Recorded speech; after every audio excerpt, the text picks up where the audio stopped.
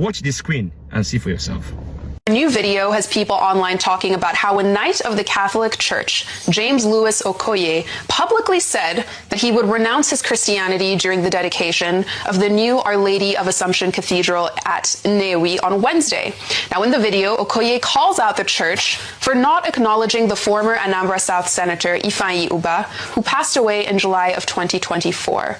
And he is said to have been instrumental in the cathedral's groundbreaking and construction. Some people say that the man's reaction was too dramatic, while others say that the late senator's recognition wasn't enough. Even though we heard it was brief. Dr. Abati. Who better to be Christian? Well, I agree with those who say that the man's reaction was dramatic.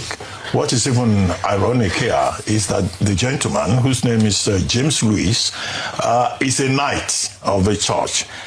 You expect that certain persons who have knighthood, that a certain level of conduct, a certain level of leadership, responsibility, decorum is expected from them. And this gentleman just went overboard.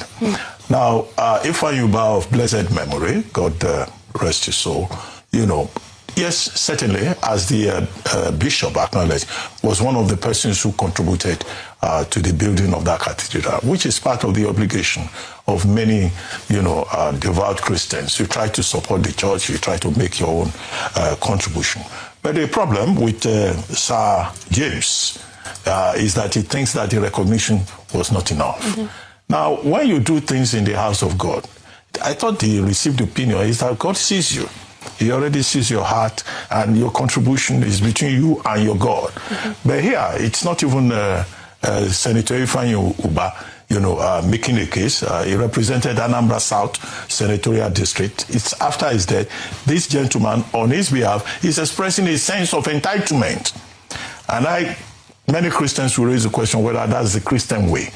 There are many Nigerians, when they donate something to the church, they will go and write their name on even ordinary plastic chairs, donated by the family of XYZ, in a very conspicuous manner. If it is a wristwatch, you will not almost see the letter. You may say, oh, Mr. Ikenna, donated this to this church. So people have this sense of entitlement, making it seem as if church has now become a place for showing off. And I think it's very unfortunate. Now, if you look at the circumstances, this night, he probably stepped out when the bishop was speaking and mentioned Senator Uba. He probably was busy on his phone. A lot of people go to church, they spend half of the time, communicating with their phones and not listening to the preacher.